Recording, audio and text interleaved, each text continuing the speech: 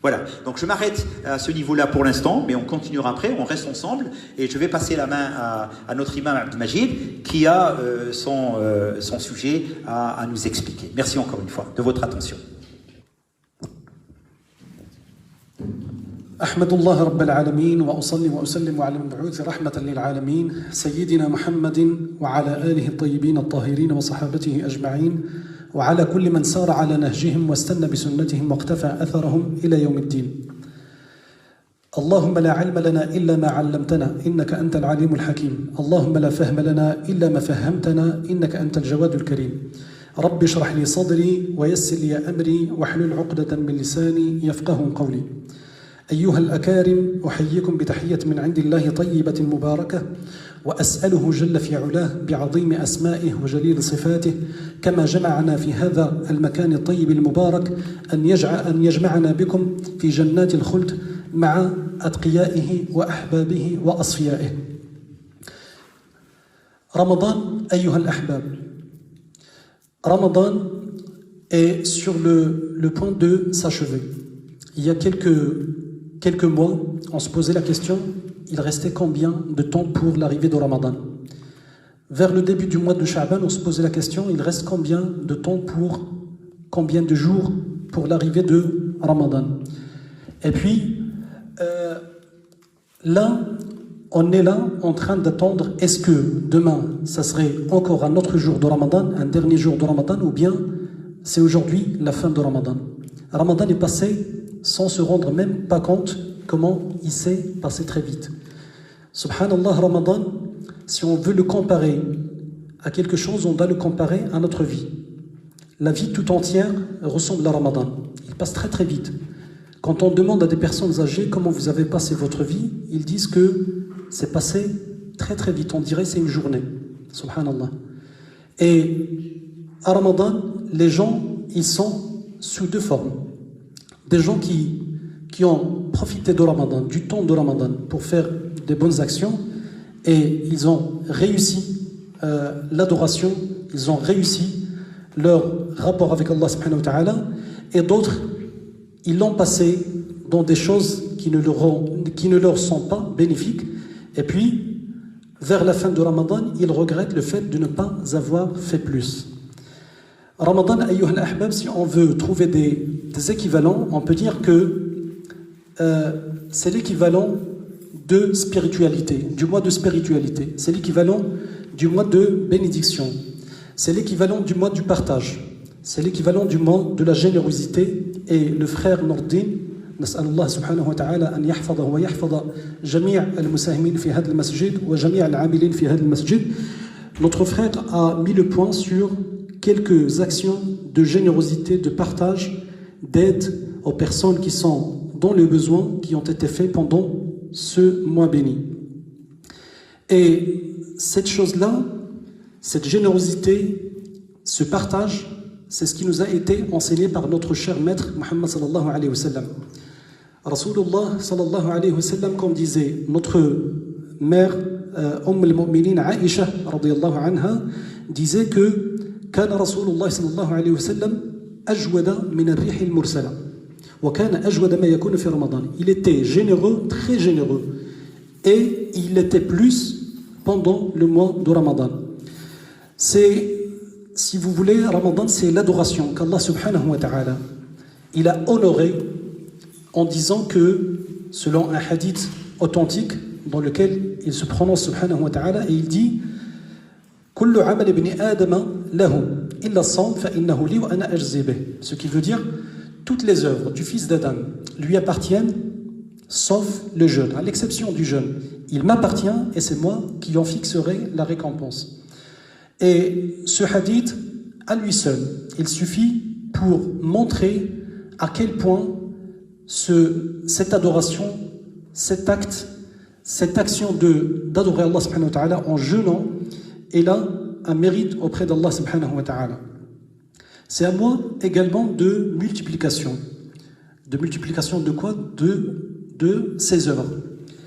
Pendant ce mois, Salihin, Rasulullah sallallahu alayhi wa sallam, à leur tête, et ses compagnons, ils étaient des personnes qui multipliaient leurs œuvres pendant le mois de Ramadan. Si on prend l'exemple du prophète sallallahu alayhi wa sallam, Umm Aïcha disait que quand il priait, ses pieds al-sharifa gonflent.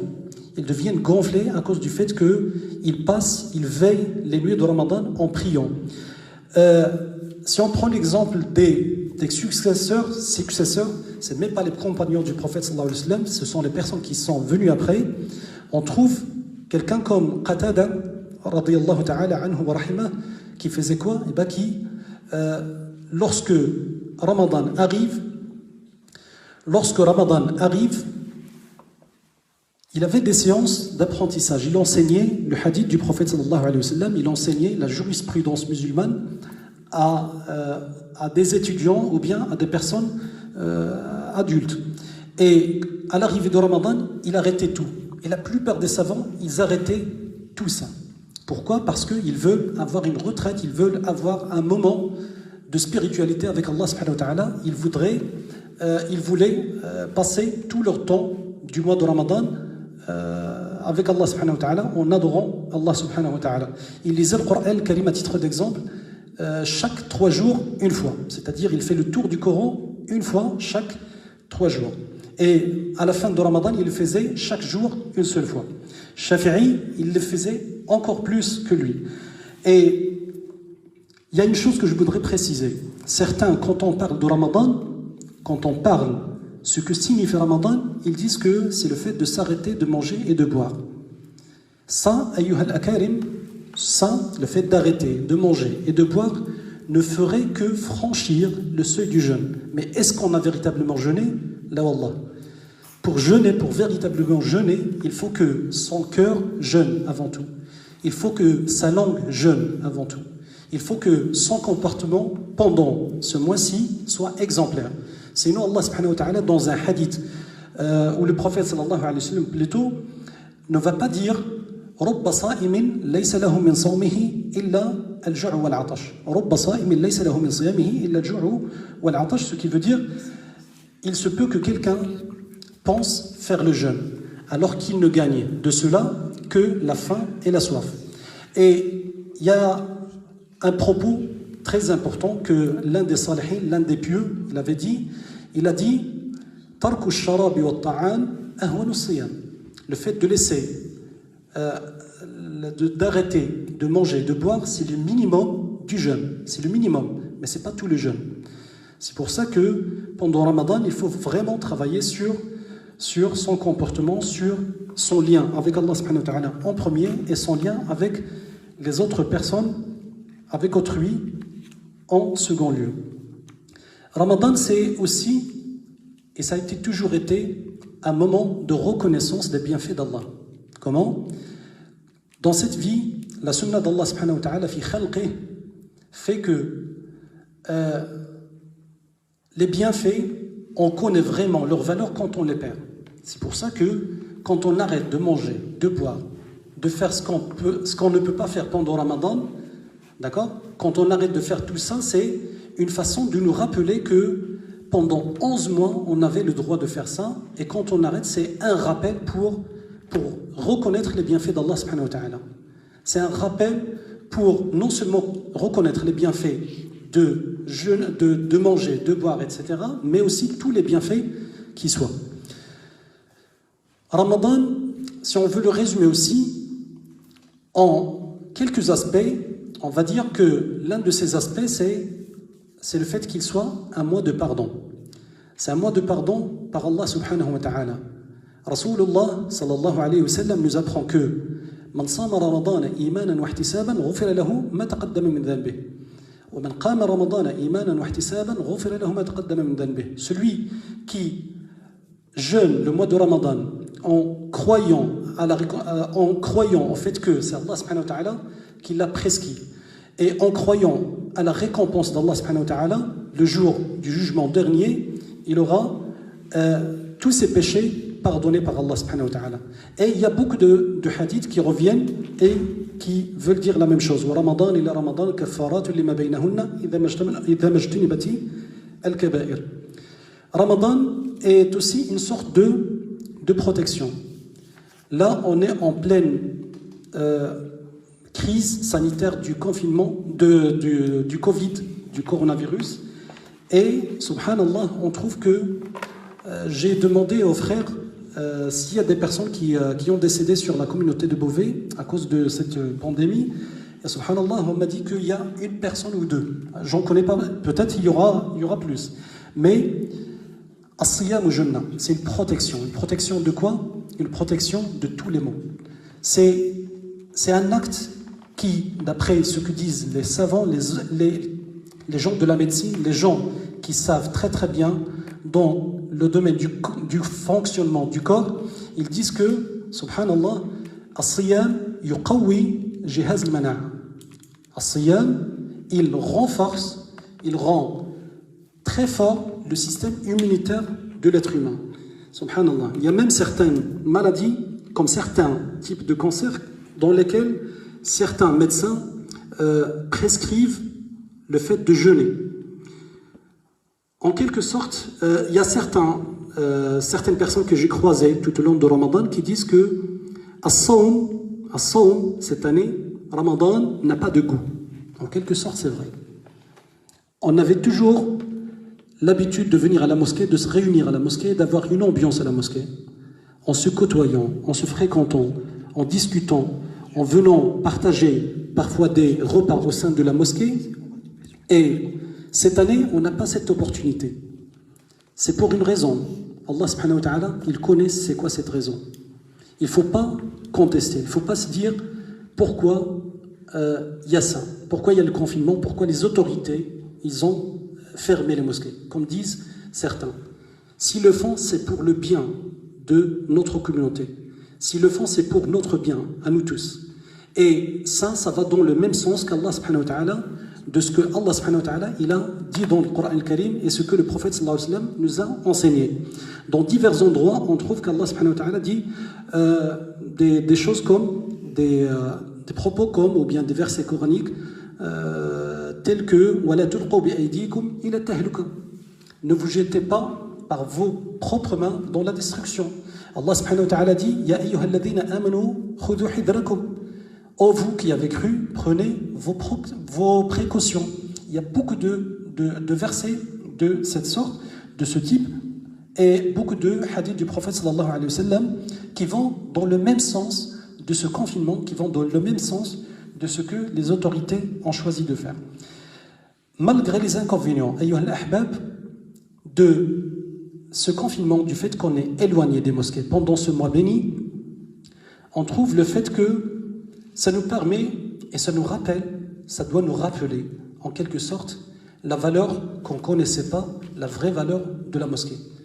Ce que signifie aller à la mosquée, ce qui signifie aller voir les gens à la mosquée, ce qui signifie aller faire des partages avec des gens à la mosquée. C'est une façon aussi de réfléchir sur nos comportements vis-à-vis de la mosquée, nos comportements vis-à-vis de chacun d'entre nous avec les autres. Donc, la tahsibuhu sharran lakum, comme dit Allah subhanahu wa ta'ala, bal huwa khayrun lakum. Ça nous permet également, et ça a permis à beaucoup de mosquées de passer un moment dans lequel les mosquées sont vides pour faire quelques travaux. Et vous voyez que juste à côté là, vous pouvez le voir si les frères peuvent tourner la caméra, il y a des travaux qui se font pendant le mois de Ramadan ou bien pendant ce confinement pour rénover, pour faire des travaux, pour faire des améliorations dans tous les bâtiments ou bien tous les locaux des mosquées. Ayyuha al-akarim, dernièrement, il y a beaucoup de questions qui se posent.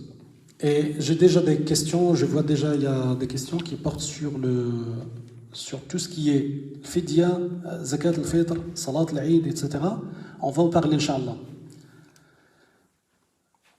C'est Nourdine, si tu peux dire les chiffres. Oui, alors...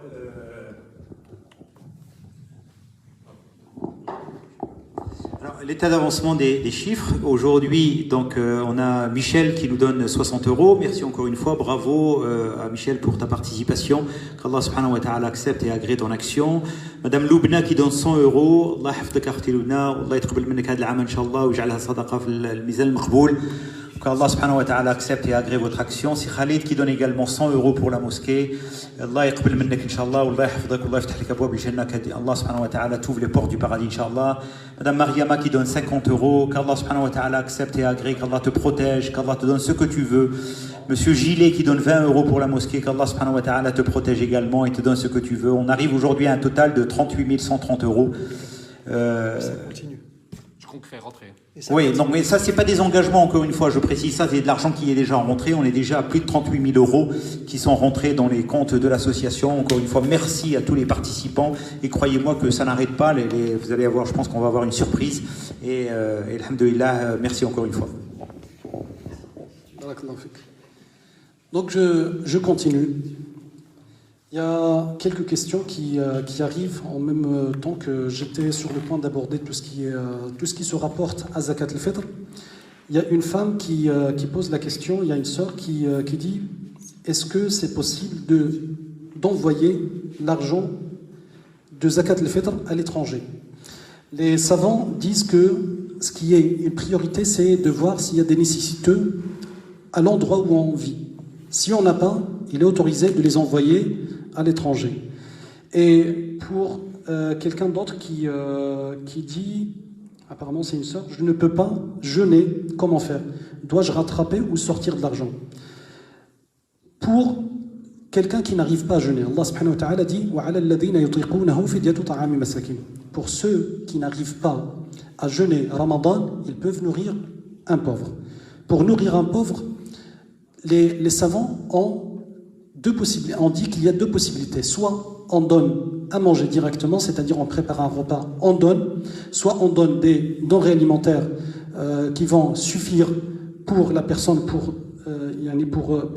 qu'il a suffisamment à manger, la quantité d'un repas.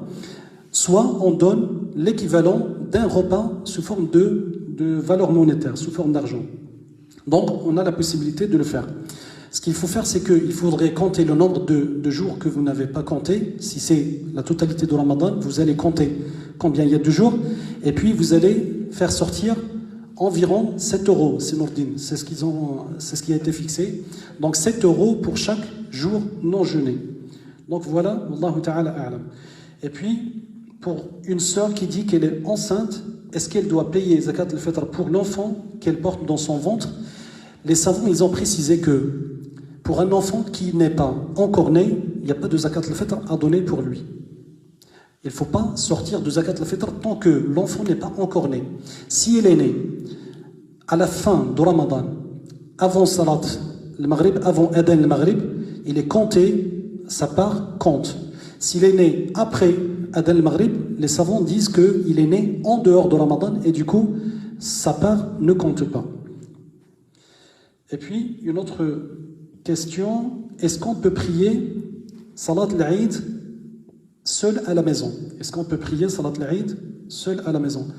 La réponse, on en a déjà parlé lors d'une vidéo qu'on a partagée sur la page Facebook de Salat al-Eid, comment ça doit se faire. Il peut se faire seul à la maison ou bien il peut se faire sous forme de groupe des membres de votre famille et elle se fait sans le prêche, c'est-à-dire que vous n'êtes pas amené à faire le prêche comme on fait à la mosquée. Salat al-Eid, il est connu, vous faites deux prières, deux unités deux raka'at, deux unités de prière, et dans la première raka'a, la toute première, vous dites Allahu Akbar pour commencer votre prière et vous comptez 6 autres takbirat, c'est-à-dire vous dites Allahu Akbar pour commencer la prière et puis 6 fois Allahu Akbar, ça vous fait 7 fois en tout. Et la deuxième, vous allez, ça va diminuer d'une seule takbira, c'est-à-dire quand vous allez être prosterné par terre et que vous allez vous mettre debout pour faire la deuxième raka'a, la deuxième unité de prière, vous allez dire Allahu Akbar déjà pour se mettre debout, et puis compter 5 takbirat. Allahu Akbar 5 fois. Et puis vous allez prier normalement. Il est préférable de prier, comme je l'ai précisé sur la vidéo, de prier dans la première raka'a avec surat al-A'la, Sabbih isma rabbika al-A'la, et dans la deuxième raka'a avec surat al-Ghashiyah, Hal ataka hadith al-Ghashiyah, si vous connaissez. Si vous ne connaissez pas, c'est pas grave, vous pouvez choisir n'importe quelle sourate de votre apprentissage. Je continue, puisque j'ai parlé de Zakat al-Fitr, de l'Fidya, etc., de Salat al-Eid, de l'Fidya. Maintenant, il y a un dernier message par lequel je voudrais conclure. Ramadan, c'est aussi un mois de, si vous voulez, de dons, fi sabilillah, de dépenses. Il faudrait donner pendant Ramadan, c'est le meilleur moment pour donner fi sabilillah. Et parmi les choses, parmi les domaines dans lesquels il faudrait donner fi sabilillah, il y a les dépenses pour financer la construction d'une mosquée. Les frères, c'est Nordine, il a tout expliqué, il a tout montré en chiffres, en détail. Là, on est en plein moment de construction de la mosquée. Et la mosquée, elle a besoin de vos dons. Elle a besoin de votre contribution. Je voudrais vous rappeler quelques petits éléments très brièvement. La première chose, c'est que Wallahi alladhi la ilaha ghayruh, ce que vous donnez, n'importe quel don, que ce soit pour financer la mosquée qui se construit ou bien n'importe quel domaine, Allah subhanahu wa ta'ala reçoit cette demande avant qu'elle soit réceptionnée, avant qu'elle soit prise par la personne qui la prend. Elle tombe dans la main droite d'Allah subhanahu wa ta'ala, comme c'est figuré dans le hadith, ça figure dans le hadith du prophète sallallahu alayhi wa sallam, et il la fructifie jusqu'à ce qu'elle devienne comme des montagnes, comme une montagne. Et c'est pour cela qu'on trouve dans des hadiths du prophète sallallahu alayhi wa sallam qu'il y aura des gens, je voulais dire, des gens qui viendront le jour de la résurrection, le jour du jugement dernier, et qui vont voir que dans leur balance, il y a des hasanat sous forme de montagnes. Et ils ne vont pas comprendre d'où viennent ces montagnes de hasanat. Eh bien, c'est l'une des raisons pour que leurs actions sont multipliées, fructifiées, comme le montre le prophète sallallahu alayhi wa sallam. Autre chose, cette mosquée, Wallahi alladhi la ilaha ghayruh, il va terminer, il va se construire, il va être finalisé. Que ce soit avec notre contribution ou sans notre contribution. Qu'on y participe ou pas, elle va finir. Sauf que si on y participe ou si on n'y participe pas, Wallah, c'est pas la même chose. C'est un écart comme l'écart qu'il y a entre as-sama wal ard, entre la terre et les cieux. Donc, bravo à ceux qui ont contribué et bravo à ceux qui comptent aussi y contribuer. Et autre chose, je laisse Nourdine dire des chiffres. Très bien. Donc un petit point d'avancement. Donc on a une personne anonyme qui donne 20 €, qu'Allah subhanahu wa ta'ala accepte et agrée ce que vous donnez. Monsieur Samuel qui donne 300 € pour la mosquée. Allahu Akbar, Allah yatqabbal minnak inshallah, qu'Allah subhanahu wa ta'ala accepte et agrée et t'ouvre les portes du paradis inshallah et te donne ce que tu souhaites.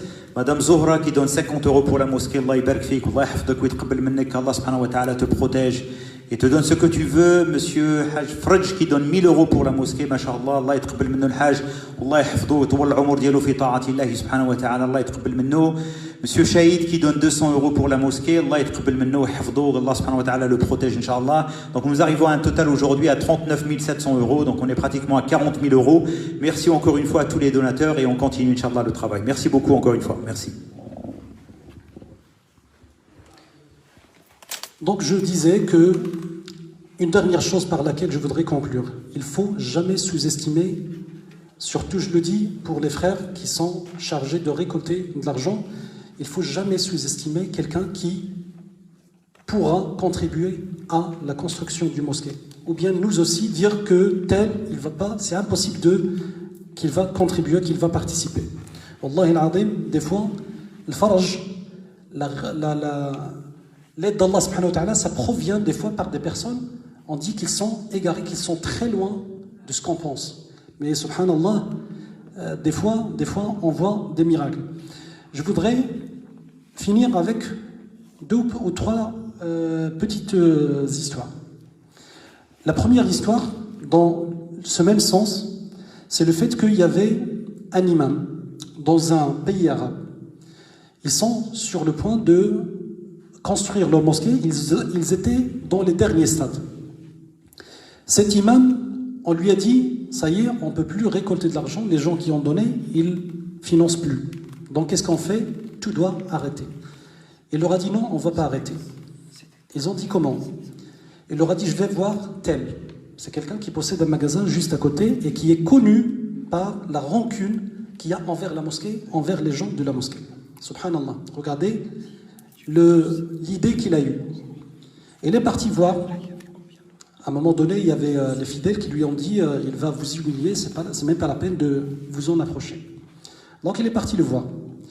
Quand il a vu, il s'est présenté à sa maison, il y avait son fils qui a ouvert la porte, il lui a dit je voudrais voir votre père.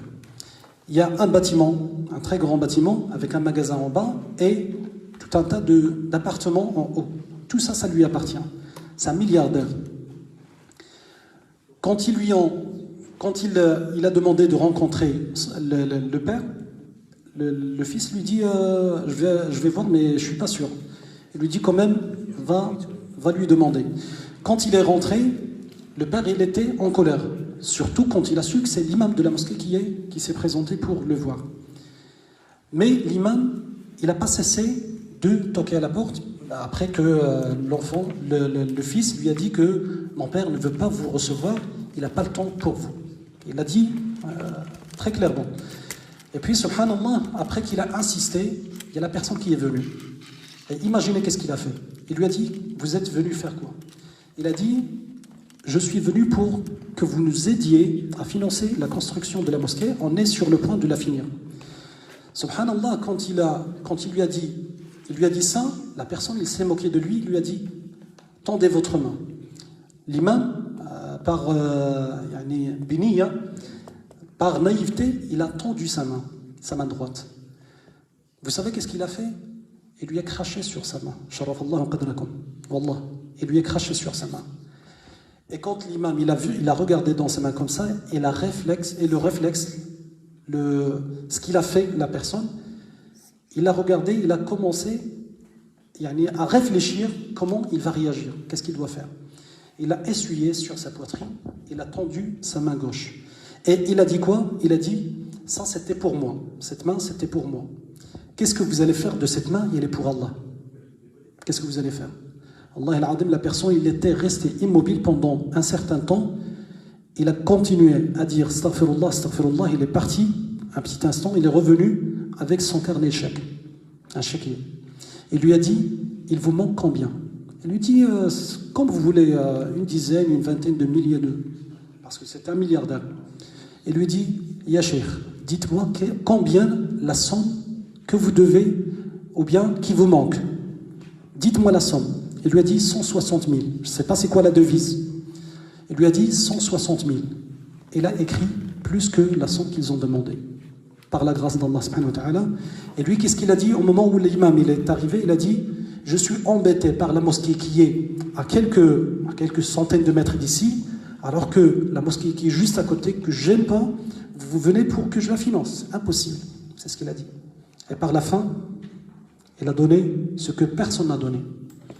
Deuxième chose, c'est une mosquée qui se trouve en Amérique. Petite salle de prière. Elle est louée par quelqu'un non musulman. C'est un juif. Donc, quand la personne, le propriétaire, il a vu que la mosquée, il reçoit plus de monde, donc qu'est-ce qu'il a fait? Il a demandé au président de l'association d'augmenter le loyer. Il a augmenté la première fois, un certain temps, il a augmenté une deuxième fois, à un moment donné, on ne peut plus augmenter. Ils ont dit, on doit trouver un moyen. L'imam de la mosquée, après une prière de Jumu'ah, il leur a dit, Ayyuha al-ahbab, je voudrais vous parler un petit instant. Tout le monde s'est mis assis. Il leur a dit, voilà ce qui nous est arrivé, avant on payait le loyer, etc. Ça commence à devenir plus cher, on doit trouver un moyen. Il faudrait qu'on achète ce bâtiment. Quand ils ont dit ça, les personnes commencent à se regarder les uns les autres. C'est une petite communauté, comment ils vont financer l'achat? Il y a un Égyptien, un jeune, qui a un kiosque juste à côté, un kiosque très modeste. Il s'est mis debout, il a dit « Ya Cheikh, Wallahi », il a sorti une enveloppe, il a dit « Wallahi, c'est tout ce que j'ai récolté pendant 1 an. C'est tout ce que j'ai. Si vous voulez, on commence par ça et on verra qu'est-ce que ça va donner. » C'était pas une grande somme, mais c'était une chose qui a fait que les autres qui étaient autour, ils se sont encouragés et chacun il a donné. Et de bouche à oreille, au bout de quelques semaines, le bâtiment a été racheté. Et la personne à qui tout ce bienfait sera mis dans sa balance, c'est la première personne qui a contribué, et c'est l'imam aussi qui a incité les gens à contribuer. Et puis, vous allez me dire que ça c'est loin de chez nous. Ça c'est l'Amérique et l'autre c'est dans un pays loin d'ici. Je vais vous dire, juste à côté, à 100 de kilomètres d'ici. J'étais à la mosquée de As-Salam, je ne sais pas, est-ce que vous avez déjà eu l'occasion d'y prier? Masjid Salam de Saint-Quentin, la plus grande mosquée de l'Aisne, du département de l'Aisne. Ils avaient une ambition d'élargir les locaux de la mosquée et d'avoir des locaux loin pour que les classes qui sont consacrées à l'apprentissage, à l'enseignement, ils deviennent des salles de prière, une continuité, ou bien ils vont devenir une partie de la salle de prière. Donc ils voulaient agrandir la salle de prière des hommes et des femmes. Qu'est-ce qu'ils ont dit? Ils ont dit on doit voir avec tel, c'est un Rif, le bled d'Irkoum. Donc c'est un Marocain, il a plusieurs magasins, il est, mashallah, il est riche, je le connais très très bien. Et je connais celui qui a raconté cette histoire aussi. Subhanallah, il disait que pendant plusieurs années, ils n'arrêtaient pas de négocier avec cette personne-là qui possède un local dans un endroit idéal. D'accord? Et pendant un moment, l'imam, peut-être un jour, il avait parlé lors d'un Jumu'ah, lors d'un prêche, au sujet de l'infaq, le fait de donner dans le sentier d'Allah subhanahu wa ta'ala. Il a raconté l'histoire de Abu Tahdah avec le prophète sallallahu alayhi wa sallam. La personne, il a entendu cette histoire et subhanallah, ça l'a tellement bougé que juste après la prière, il est parti voir qui? Il est parti voir le président de l'association. Il lui a dit, est-ce que vous comptez toujours acheter les locaux? Ils sont prêts, ils vont juste rénover, ils ne vont pas vraiment dépenser beaucoup d'eux. Il a dit oui, mais à condition que ça soit selon le prix qu'on a proposé. Lui, il demandait combien? 240 000. Et l'association, il avait 140 000 maximum. Ils ne peuvent pas dépasser, c'est leur moyen. Et subhanallah, il lui dit, est-ce que vous êtes toujours intéressé? Il lui dit oui, mais selon notre condition.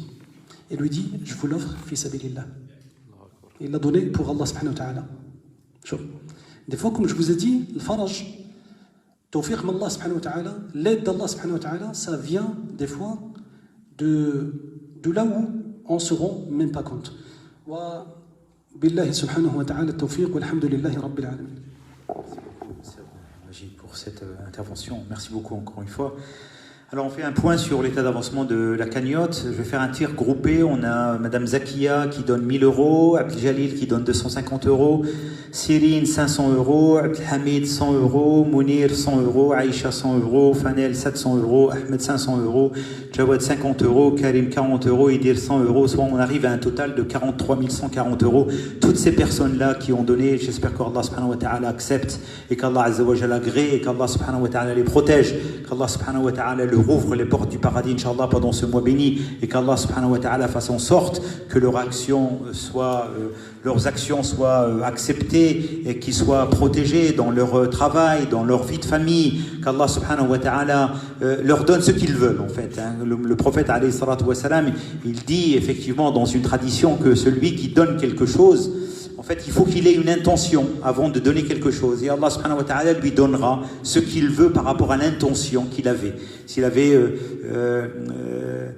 S'il était quelqu'un qui est malade, alors effectivement il y a une question qui est posée, une personne qui est malade, si on donne une sadaqa pour cette personne, est-ce que la sadaqa elle arrive? Effectivement elle arrive, et Allah subhanahu wa ta'ala peut guérir la personne malade, comme dit le prophète alayhi salatu wa salam, dawu mardakum bis sadaqa, soignez vos malades avec la sadaqa que vous donnez pour la mosquée, que vous donnez pour les pauvres et pour les bonnes œuvres. Donc les choses avancent, alhamdoulilah, ça avance très très bien même. Et qu'Allah subhanahu wa ta'ala protège les musulmans, les fidèles, les donateurs et tout le monde, les personnes qui veulent un dua pour leurs parents, pour des malades, pour leur famille. Allah subhanahu wa ta'ala yahfid al-jami', Allah subhanahu wa ta'ala yataqabbal min al-jami', Allah subhanahu wa ta'ala yarham mawta al-muslimin inshallah, wa li yusalli marid Allah yashfihi wa yafihi. Allah subhanahu wa ta'ala يطلب الله سبحانه وتعالى بهذه الصدقات ديال المسلمين يرفع عنا هذا الوباء وهذا البلاء. الله سبحانه وتعالى ينزل الدواء ان شاء الله بهذه الصدقات ديال المسلمين وبهذا العمل في المسجد والعمل الدعوي في بيت الله سبحانه وتعالى وفي سبيل الله. راه بهذا العمل الله سبحانه وتعالى يرفع البلاء. الله سبحانه وتعالى ان شاء الله ينزل علينا واحد الرحمه ونعاودوا نرجعوا للمساجد ان شاء الله ونبقاو نصليو فيها عما قريب ان شاء الله باذن الله سبحانه وتعالى. On va commencer à revenir aux mosquées tout en respectant les gestes barrières, la distanciation, l'utilisation du gel hydraulique, l'utilisation du masque, etc. Inch'Allah, nous sommes en train de prendre toutes les précautions et préparer, faire en sorte que la mosquée, elle sera Inch'Allah bientôt prête pour accueillir les fidèles une fois que les autorisations seront données par les autorités publiques et par les personnes qui doivent nous donner ces informations. Alors effectivement, donc la question, il y a comment une sadaqa peut être faite pour un défunt, peut-elle lui être bénéfique? En effet, quelqu'un quelqu'un musulman peut donner une sadaqa en espérant que sadaqa et en souhaitant que la sadaqa qu'il donne, elle arrive par exemple à son papa qui est décédé, ou à sa maman qui est décédée, ou à son grand-père, ou à son oncle. Vous savez, le prophète alayhi salatu wa salam, comme vous le savez, a dit dans un hadith, innamal a'malu binniyat. Toutes les actions valent par leurs intentions. En fonction de l'intention que vous avez, Allah subhanahu wa ta'ala récompense le musulman par rapport au travail qu'il fait, par rapport aux actions qu'il accomplit, par rapport à ce qu'il pense faire. Il y a des gens qui font des actions avec une bonne intention. Allah subhanahu wa ta'ala les remercie. Et je tiens encore une fois à remercier tous les fidèles. Nous avons donc un anonyme qui fait un don de 10 000 euros pour la mosquée. Masha'Allah, 10 000 euros pour la mosquée. Donc on arrive à un total de 53 140 euros pour la mosquée. Allah subhanahu wa ta'ala yataqabbal minnou. C'est quelqu'un qui est anonyme, c'est-à-dire il n'a pas voulu qu'on cite son nom. Mais en fait, Allah connaît son nom. Allah subhanahu wa ta'ala le connaît. Et effectivement, il y a des gens qui souhaitent garder l'anonymat, et c'est bien, parce que c'est leur volonté. Mais c'est pas parce qu'on cite le nom des gens que c'est pas bien. Il y a aussi, des fois, il faut citer les noms des gens. Ça permet aussi d'encourager et de remercier les gens et de faire des prières pour tout le monde. Allah subhanahu wa ta'ala يتقبل منه إن شاء الله ويجعل الصدقة ديالو مقبولة. كذلك الحاج شقرة من الصدقة 50 euros للمسجد يطلب منا الدعاء الله سبحانه وتعالى يحفظه ويطول العمر ديالو في طاعة الله سبحانه وتعالى. الله سبحانه وتعالى يتقبل منه إن شاء الله ويبارك فيه ويبارك في العمل ديالو إن شاء الله.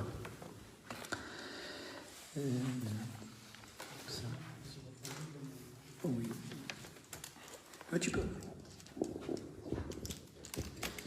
Pour une sœur qui demande pour les 6 jours de Shawwal, est-ce qu'elle peut les rattraper, les jeûner sans avoir rattrapé ce qu'elle n'a pas pu jeûner pendant Ramadan? Les savants disent que pour rattraper ce qu'on n'a pas pu jeûner pendant Ramadan, ils ont donné comme date limite qu'il ne faudrait pas dépasser, c'est le prochain Ramadan. C'est-à-dire on peut faire les 6 jours de Shawwal et puis par la suite rattraper ce qu'on n'a pas pu jeûner. Wallahu ta'ala a'lam. Tout à fait, effectivement.